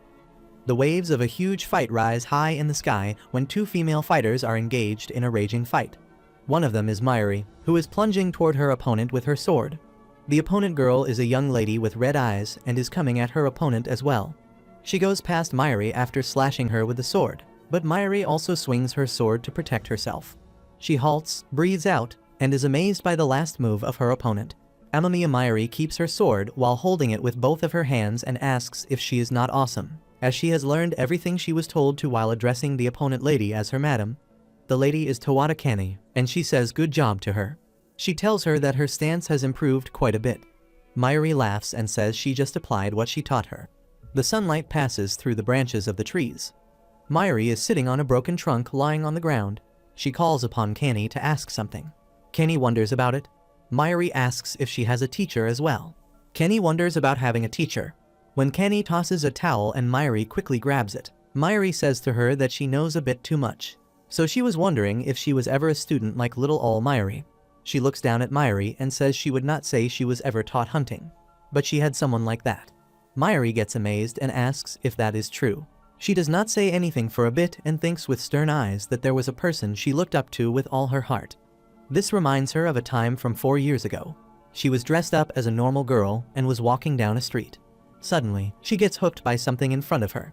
But just then, she gets hit by somebody. The boy is running ahead and does not take notice of her when she says that he needs to watch where he is going. Many other boys also come from behind and run in the same direction as the boy. She wonders about the rush around her, and before the boys could leave, she quickly asks them where everyone is going. The last boy from the group turns back toward her after hearing the question. A hunter is sitting on the ground groaning with pain with a healer healing him. The area around them is sealed, and the emergency team keeps telling people to be away. The team tells everyone to evacuate as soon as possible. The area is a complete mess because the dungeon beasts start entering the city because they were not defeated inside. Kenny is also standing amidst the crowd and hears people wondering what hunters have been doing that got this bad. She says that she knew it would be a dungeon break. She sees a hunter standing at the dungeon opening looking at the growling beasts plunging at him from the opening. She clenches her teeth and wonders if he is planning on fighting those magic beasts alone. She curses the man and thinks these awakened folks never have to worry about money.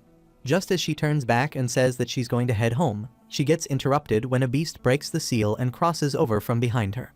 She gets scared and flinches at the sound behind her. She looks back and sees the beast growling at a human on the ground. She gets startled when, just then, the beast reaches for her with its huge claws. She gets too stunned to speak. Just then, a wave of flash passes. The hunter comes from behind and plunges toward the beast, slashing it from the core. She gets stunned to see that man killing the beast in an instant without any fear. The man gets past ahead of the beast and her. Just then, many more beasts plunge at him while roaring to attack him again. He takes his sword out in an instant. The moment the sword goes back in, he has already slashed the beats at multiple locations in a row. The beats get knocked down in an instant. Kenny breaks a sweat and starts panting to see that fight with a stunned face. She looks to the side of a boy and a girl when the guy asks with a stunned voice if he is Goto Ruji, the S-rank hunter. The girl says he is right and asks if all the S-rank hunters were attending the event held by the Hunters Association today. When the boy says the others are desperate to get funds from the Hunters Association, he is there. He compliments Ruji, saying that he is impressed by him. Kenny gets shocked to hear that and wonders if he is not in the business for money. She looks back toward Ruji and sees him fearlessly standing on top of the knocked-out beast. She approaches him and calls upon him as Mr. Ruji. Ruji looks back with his stern face and wonders about the call. She asks him attentively why he is there instead of attending the event held by the Hunters Association. He turns back toward her and says he does not know why she is even asking, but this is the job of a hunter. She looks at her while completely amazed. At that point in her life, she thought of gates, magic beasts, or hunters, and that kind of fantasy world would never have anything to do with her. Because she was not awakened, from the outside, hunters seemed to live a charmed life and were only playing at being heroes. Meanwhile, she didn't even know what kind of person she wanted to be. Standing there, she extends her hand toward him and says to him that she wants to be like him. Ruji gets shocked to see her saying that. He extends his hand and joins with her hand while saying that she just might someday. With that, he gets off the beast and goes past her. She looks at her hand and decides, while standing there, that someday she will stand by Goto Ruji's side. After that, her resolve quickly became her reality. She got her hunter card and started dressing like a hunter. She became an S-rank hunter just like him and joined his guild. So ended up exactly where she wanted, and that was being part of Ruji's squad. But one day they were present on the ship, and she was sitting beside him on the same seat. She looks at him and sees him smiling in a devilish way. She gets stunned to realize that he was no longer the hero he once was. Recalling that, she clenches her lips in despair. She calls upon Mayuri, who is wiping her face with the towel. Mayuri asks what it is. She leans over her and puts her hand on her head. She tells Mayuri that she will always try to be the hero she thinks she is. Mayuri happily laughs and says okay. Kane starts walking toward the woods, and Mayuri follows her from behind. Seeing Mayuri's happy face, Kane decides that she will never abandon her beliefs like he did. She opens her sparkling and stern eyes and tells herself that no matter what happens. A couple of people in black coats are bent over the shining screen. The woman looks down while utterly shocked. They start murmuring after seeing the system constantly showing an error. She wonders if it is an incapable evaluation. They look at a person standing in front of a huge bowl like a metallic machine and see him putting his hand on it. Her colleague says that incapable of evaluation means the target's mana power goes beyond what it can measure. Just as she says that, it means this man is Japanese. But her colleague interrupts and says yes, as he knows what she is going to say. Ruji is standing at the machine with raging power all over his body, and he is described as an S-rank hunter. The reporter outside the evaluation building looks at the phone. She reports that another S-rank appeared and his powers are beyond what they have seen so far from other S-ranks in Japan. The new papers have headlines that say that Goto Ruji is an S-rank hunter and a rising star.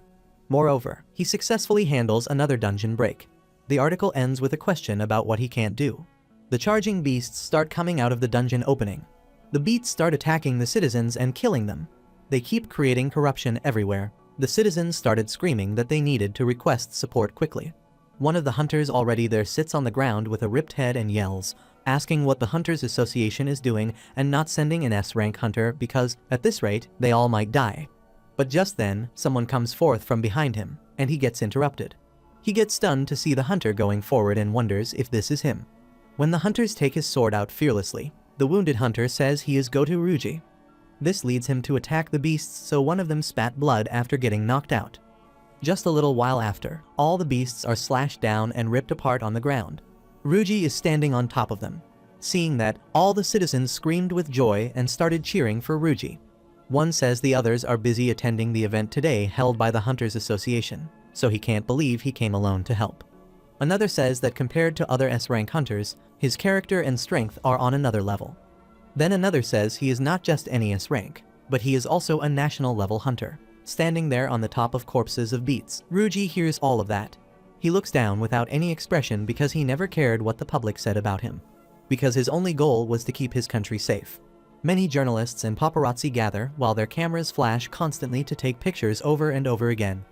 They are gathered for the press conference of Goto Ruji, who announces that he, Goto Ruji, hereby declares that he is the official guild master of the Blade Guild. He is sparkling due to constant flashes all over him when says this guild will prioritize protecting the people over personal benefits. And the members of the Blade Guild swear to do their best to ensure the safety of their country. A room is guarded by 2 guards standing outside the door. A man is sitting in a chair with his legs crossed on the table and asks if he did not attend the Hunters Association event this time either. The person is Matsumoto Shija, who is the chairman of the Japanese Hunters Association. His subordinate, standing in front of him, calls that true and says that instead of attending the event, he is even promoting his guild. He estimates that he knows he is an S-rank hunter and wonders if it is not a little disrespectful to ignore his own Hunter Association's events. Matsumoto takes his legs down and puts the magazine on the table. He says they should let him be because he is still naive as far as hunters go. The subordinate does not understand and asks about it. Matsumoto says, strength paired with naivete makes it all that much easier to bend their ear. The subordinate does not believe his ears and looks at his chairman with utmost shock. Matsumoto smokes off his cigar while looking at him and says in a meaningful way that he is perfect for this. Ruji is present in his office with a phone in his hand and wonders about a national-level hunter. He is leaning over his office table when he says to his assistant that he does not need the title because what they do as hunters won't change. She says, but everyone is talking about it. She tells him that they are questioning whether or not he is capable of going national, or if he is just an ordinary S-rank hunter. She informs him that this is causing a decrease in the support they are receiving from the Hunters Association and their sponsors. She says they are all aware of his capabilities, but rumors like this will affect the Blade Guild negatively. Ruji hears all of that while looking at his phone, saying nothing. His eyes get stiff while thinking that he did not care what the public said about him because his only goal was to keep his country safe. He clenches his fist on his phone while he is reading comments about their guild. He reads hate comments and realizes that if they don't have the title to match their powers, then people will look down on them and all they stand for. He feels himself surrounded by those people who are constantly saying that Goto Ruji may be strong, but he is not strong enough to become a national-level hunter. They laugh and say he is indeed, in the end, just a S-rank hunter. He feels that behind every comment, a person is laughing at him and saying that an S-rank gate just needs to appear to test his strength. Even though he did not have the national-level hunter title, he was confident in his skills. He was confident that he would not lose to either Liu Zhigang or Thomas Andre. He looks at his nameplate, which says he is a guild master of the Blade Guild who is an S-rank hunter. He realizes that they are right, that he is just an S-rank hunter. He stands in his office all by himself and admits that it is because he neither had a position befitting his power nor a title to prove it. He clenches his fist with determination. Matsumoto sits at his office table and looks in front of him. He sees Ruji standing straight in front of him, and he asks if that means he is going to accept his offer. He calls it great and says the Japanese Hunters Association gives permission to the Blade Guild to support raiding Korea's S-rank gate, and they will fully support him in his future endeavors. He points at Ruji and says that in exchange, he will use this opportunity to exterminate the Koreans' rank hunters so they have no choice but to rely on the Japanese Hunters Association. Ruji does not say anything and just nods his head quietly. He looks down with sad eyes and thinks it does not matter anymore what devil he makes a deal with. He turns around with his flapping cloak to leave and thinks that it is because the important thing is getting his end of the bargain. The door is opened, and he is ready to leave because his goal is to take his seat at the head of the table. He sets out on that journey to gain the position of national-level hunter.